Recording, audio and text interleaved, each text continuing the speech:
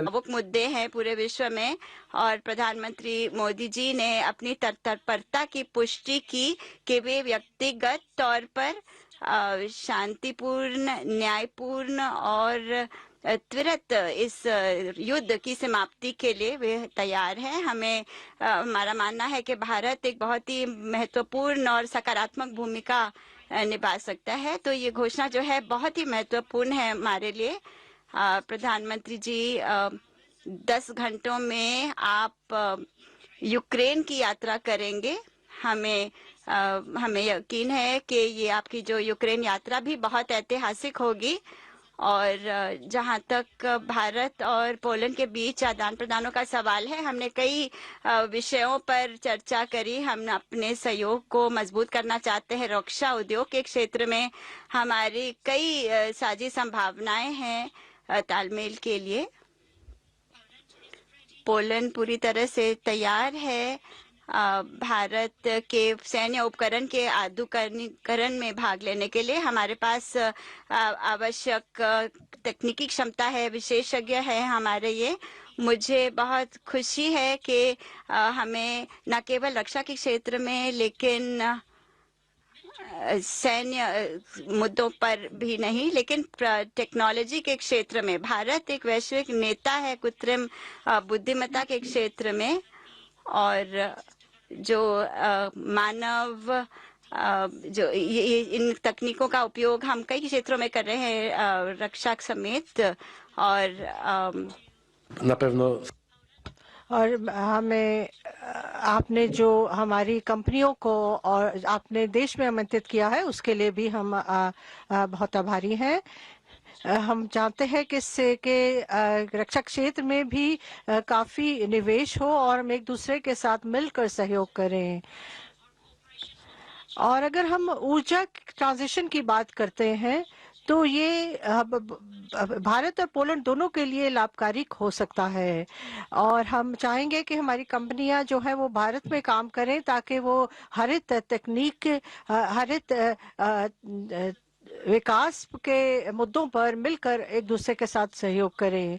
Poland इस क्षेत्र में भारत को काफ़ी कुछ दे सकता है और उनके साथ साझा कर सकता है। और हम काफ़ी चीज़ों पर हमने बातचीत करी है और इन सभी को हम आगे लेकर जाएंगे। अगर हम एग्री फूड क्षेत्र की बात करें तो हम एक सहयोग पर हमारी सहमति बनी है ताकि पोलिश के जो एंटरप्रेन्योर्स हैं वो भारत में आ सके और भारत के एंटरप्रेन्योर्स पोलैंड में आ सके। इस क्षेत्र में खास तौर पर हमने कई बातों पर जो सूचना है वो साझा करी। हमने वीज़ा की नीति के बारे में भी प्रधानमंत्री को बताया है और उन्होंने इस पूरे मुद्दे को अच्छी तरह से समझा है और वो पूरी तरह से सहमत है कि हमें इन सभी का समाधान मिलकर ढूंढना होगा ताकि हम वीज़ा के क्षेत्र में जो एक तरह का जो जटिलताएं आ जाती हैं या मुश्किलें पैदा हो जाती हैं उनको हम अच्छी तरह से उनका हम निफा कर सकें। हम भारतीय जो नागरिक हैं उनका हमेशा से ही पोलैंड में स्वागत करते रहे हैं और करते रहेंगे और उनसे हमें बहुत ज़्यादा लगाव है, लेकिन हम वीज़ा की प्रणाली को बेहतर करना चाह रहे हैं। प्रधानमंत्री जी, आज मैं काफ़ी सकारात्मक हूँ। मुझे लगा कि आपसी जो हमारी बातचीत हुई और जिस तरीके से हमने अपने सोच विचार एक दूसरे के साथ साझा किए तो उससे हमारी समझ जो है वो काफ़ी बड़ी है, ना सिर्फ युद्ध के क्षेत्र में लेकिन और बाकी बहुत जो क्षेत्र हैं उनके बारे में भी। प्रधानमंत्री जो हैं वो पूरी तरह से प्रतिबद्ध है पोलैंड के साथ अपने संबंधों को आगे ले जाने के लिए और यूरोपीय यूनियन के साथ भी वह सहयोग करना चाहते हैं। मुझे पूरा विश्वास है कि आप प्रधानमंत्री जी एक बहुत अहम भूमिका निभा सकते हैं और हम आशा करते हैं कि हमारा सहयोग जो है वो और भी बेहतर होगा। मैं आपको माइक देता हूं। धन्यवाद। मैं प्रधानमंत्री मोदी को मैं आमंत्रित करता हूं कि वह अब अपनी स्पीच दें। धन्यवाद। Your Excellency, prime minister Donald tusk, दोनों देशों के डेलीगेट्स, मीडिया के साथियों, नमस्कार। वारसो जैसे खूबसूरत शहर में गर्मजोशी भरे स्वागत, भव्य आतिथ्य सत्कार और मित्रता भरे शब्दों के लिए मैं प्रधानमंत्री टस्क का हृदय से आभार व्यक्त करता हूं। आप लंबे समय से भारत के अच्छे मित्र रहे हैं।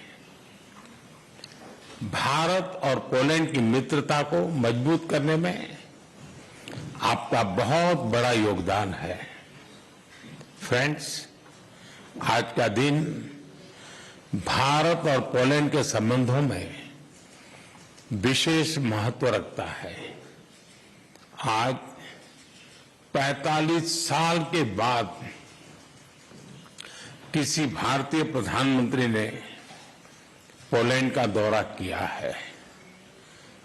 मेरे तीसरे कार्यकाल की शुरुआत में ही मुझे यह सौभाग्य मिला है। इस अवसर पर मैं पोलैंड की सरकार और यहां के लोगों का विशेष आभार व्यक्त करता हूं। आपने 2022 में यूक्रेन कॉन्फ्लिक्ट में फंसे हुए भारतीय स्टूडेंट्स को निकालने के लिए जो उदारता दिखाई, उसे हम भारतवासी कभी नहीं भूल सकते। फ्रेंड, इस वर्ष हमने अपने राजनयिक संबंधों की 70वीं वर्षगांठ मना रहे हैं। इस अवसर पर हमने संबंधों को स्ट्रेटेजिक पार्टनरशिप में परिवर्तित करने का निर्णय लिया है। भारत और पोलैंड के संबंध डेमोक्रेसी और रूल ऑफ लॉ जैसी साझा मूल्यों पर आधारित है। आज हमने संबंधों को एक नई दिशा देने के लिए कई इनिशिएटिव्स की पहचान की है। दो लोकतांत्रिक देशों के रूप में हमारी पार्लियामेंट के बीच आदान प्रदान को बढ़ावा दिया जाना चाहिए। आर्थिक सहयोग को व्यापक रूप प्रदान करने के लिए प्राइवेट सेक्टर को जोड़ने के लिए काम किया जाएगा। फूड प्रोसेसिंग के लिए क्षेत्र में पोलैंड वर्ल्ड लीडर्स में से है। हम चाहते हैं कि पोलैंड की कंपनियां भारत में बनवाए जा रहे मेगा फूड पार्क से जुड़े, भारत में तेज गति से हो रहे शहरीकरण से water treatment, solid waste management, urban infrastructure, ऐसे क्षेत्रों में हमारे सहयोग के नए अवसर खुल रहे हैं। Clean coal technology, green hydrogen, renewable energy, artificial intelligence भी हमारी साझी प्राथमिकता के विषय हैं। हम पोलैंड की कंपनियों को make in India and make for the world से जुड़ने के लिए आमंत्रित करते हैं। फिनटेक, फार्मा, स्पेस, ऐसे क्षेत्रों में भारत ने अनेक उपलब्धियां हासिल की है। हमें इन क्षेत्रों में अपना अनुभव पोलैंड के साथ साझा करने में खुशी होगी। रक्षा के क्षेत्र में करीबी सहयोग हमारे गहरे आपसी विश्वास का प्रतीक है। इस क्षेत्र में आपसी सहयोग को सुदृढ़ बनाया जाएगा। इनोवेशन और टैलेंट हमारे दोनों देशों की युवा शक्ति की पहचान है। स्किल्ड वर्कफोर्स की भलाई के लिए स्किल्ड वर्कर्स की भलाई के लिए और मोबिलिटी को बढ़ावा देने के लिए दोनों पक्षों के बीच सोशल सिक्योरिटी एग्रीमेंट पर सहमति बनी है। फ्रेंड्स, भारत और पोलैंड अंतर्राष्ट्रीय मंच पर भी करीबी तालमेल के साथ आगे बढ़ रहे हैं।